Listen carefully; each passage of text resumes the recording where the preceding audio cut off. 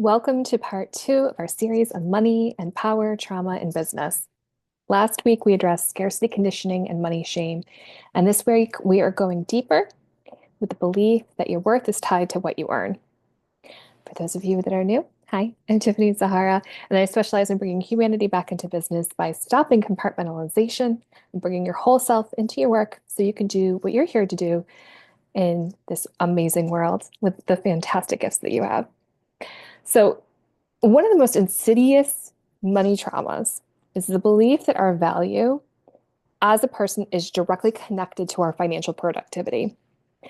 This gets wired in early and reinforced constantly with the gold stars for good grades, praise for achievement, love that feels conditional on performance. And the message that your worth must be earned through output, excellence, and measurable success. Under capitalism, this becomes explicit. Your value is your market value. What you produce, what you earn, what you contribute to economic growth. Rest is lazy. Pleasure is frivolous. Your body's limits are weakness that you need to overcome. Your humanity is secondary to your productivity.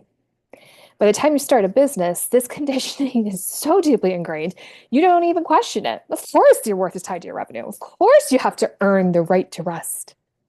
When your worth feels tied to your earning, you equate low revenue months with personal failure. A slow month doesn't just mean less income, it means you're not good enough, not working hard enough, not worthy enough. Your self-worth crashes with your revenue. You work compulsively to prove your value. You cannot rest until you've earned enough to justify it. But enough keeps moving because the goal is not actually financial. It's proving you deserve to exist. You measure your success entirely through money. Impact doesn't count unless it generates revenue. Personal growth is irrelevant until it increases your earning potential. You struggle to celebrate those non-financial wins. Someone tells you your work changed their life, but if they didn't pay you, it doesn't feel like it counts. It's a quick surge of excitement, but it doesn't truly stick. There wasn't that financial compensation because you have in the back of your mind all those bills that you've got to get paid. You feel worthless during rest or recovery. Taking time off for illness, burnout, or life transitions feels like failure because you're not producing. Your worth evaporates when you are not earning. You panic when revenue drops. It's not just financial stress, it's existential crisis. If you're not earning, who are you? What is your value? Why do you deserve to take up space? And this was something I personally had to navigate and realize this was what was coming up early on in my business journey. My fundamental sense of worth collapsing when that earning invariably fluctuates because that's business. That's how life goes. When worth productivity conditioning runs your business, you burn out because you can never earn enough to feel inherently valuable. The goal keeps moving. You keep pushing. Your body breaks.